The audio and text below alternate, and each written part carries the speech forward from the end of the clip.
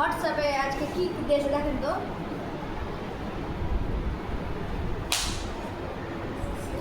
Class 7 এর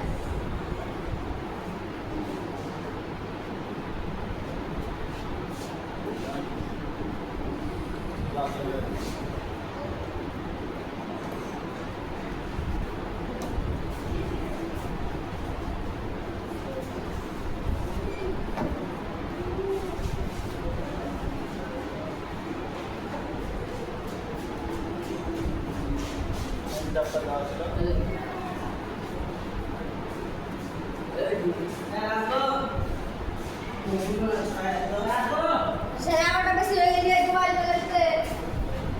হ্যাঁ নিচে 6 আসতো দে কোন চ্যাপ্টার দে স্যার 6 আর 10 কাজ দেবে। ছেলেরা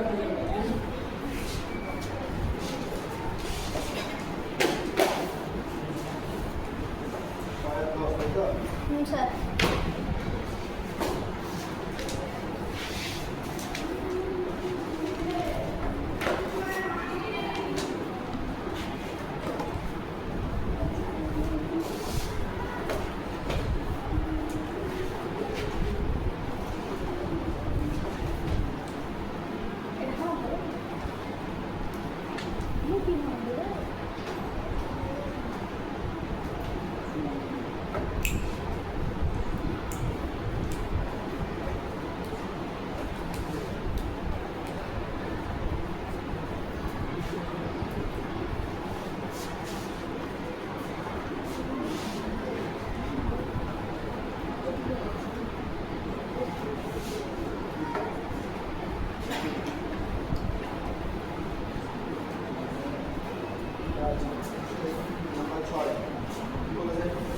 আমার ব্যাগে 5 টাকা ও 10 টাকা মুদ্রার সংখ্যা 20 সেই করে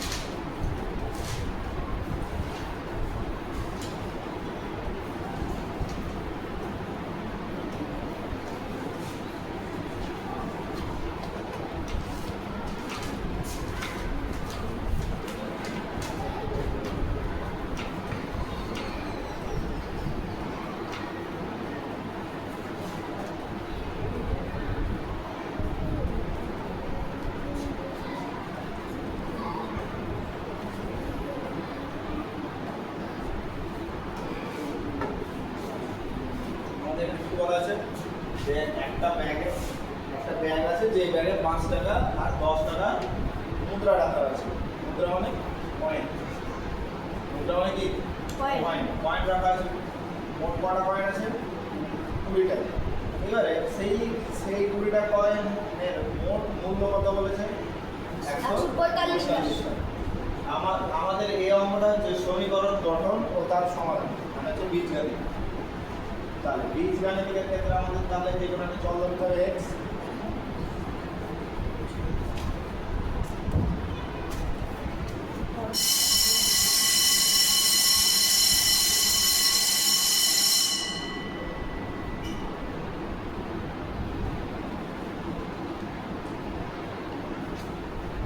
তাহলে আমাদের এখানে একটা চল ধরতে হবে।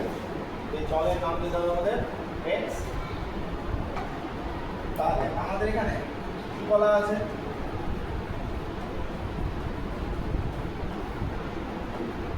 5 টাকা ও 10 টাকা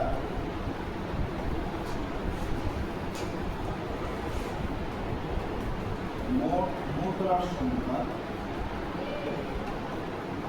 কতগুলো বলা আছে? 20টি। আমরা তো সঠিক মতো আমরা এখানে আমরা জানি না যে 5 টাকার হচ্ছে মুদ্রা কত টাকা আছে আর 10 টাকার মুদ্রা কত টাকা আছে। তাহলে আমরা এক কাজ করি, এখান থেকে আমরা তাহলে ধরে নিই, ধরি 5 টাকার মুদ্রা সংখ্যা x।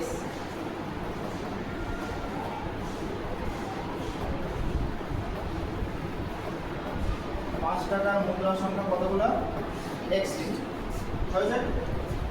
তাহলে 10 টাকার মুদ্রা সংখ্যা কতগুলো হবে? 2x আমাদের এইখানে বলে দেওয়া ছিল যে 5 টাকা আর 10 টাকার কয়েন মিলিয়ে মোট হচ্ছে 20টি।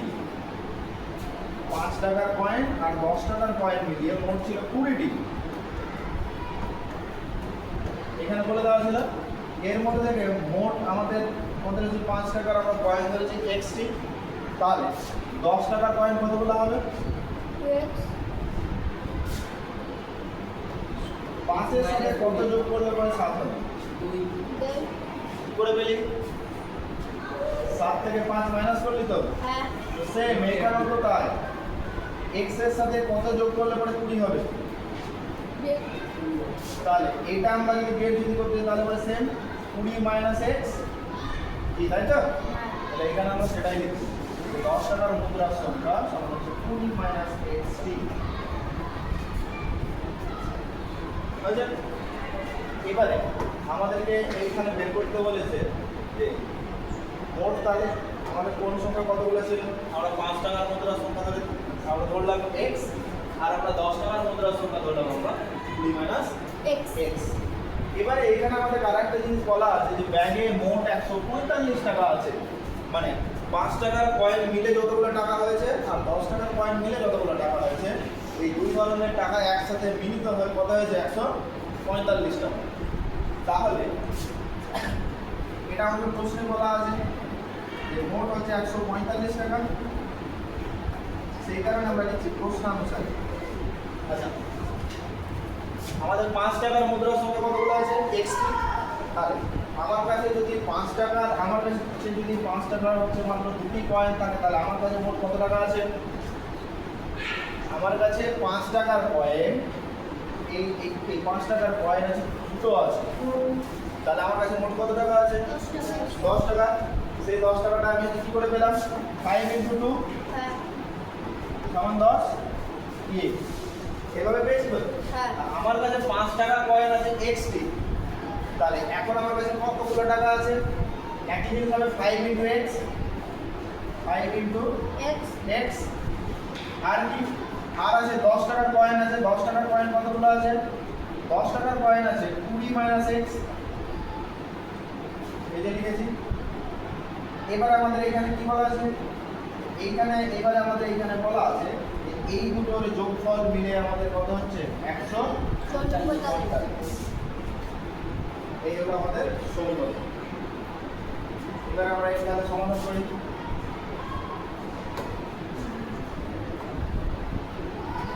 তাহলে 5 এর সাথে x, 5 এর সাথে x গুণ করলে কত হবে?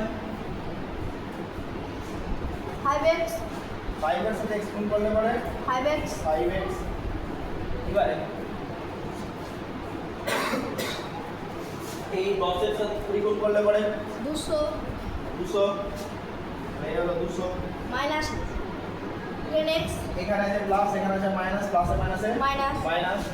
এই 10 এর সাথে x গুণ 10x হলো 10x সমান হলো 145 হয়েছে? বাহ। এবারে 5x থেকে মাইনাস 10x, এর আগে কিছু নেই মানে কি আছে? Plus. প্লাস আছে। তাহলে প্লাস 5x মাইনাস 10x কি হবে? প্লাসে মাইনাসে মাইনাস হবে মাইনাস, মাইনাস মানে বিয়োগ করতে হবে। তাহলে 10 থেকে 5 বাদ দিলে কত হবে? 5 minus 5x মানে এ হলো 5x।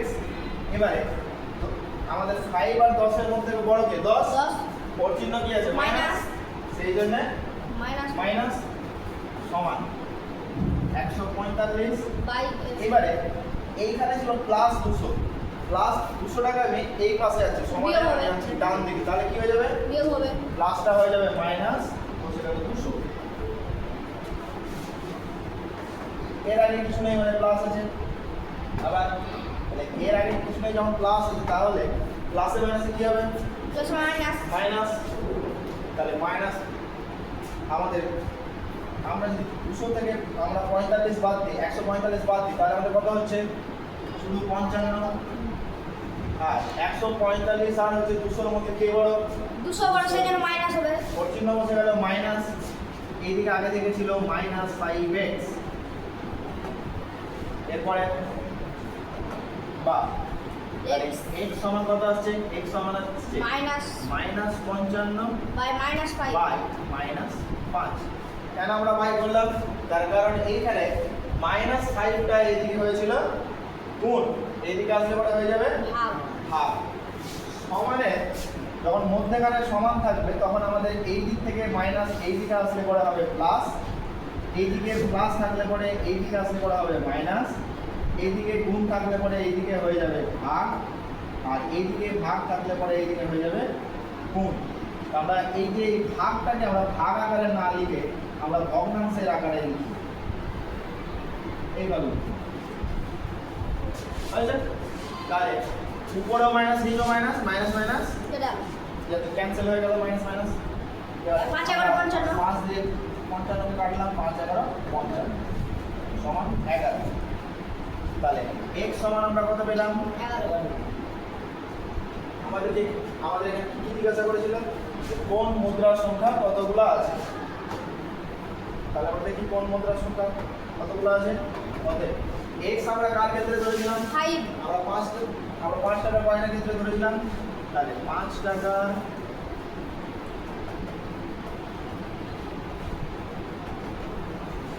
মুদ্রা সংখ্যা সংখ্যা 11টি ও 10 টাকা মুদ্রা সংখ্যা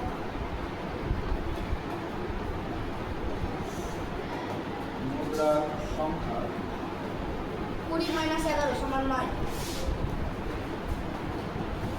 20 - 11 সমান 9 হ্যালো সেটা নিচে নামিয়ে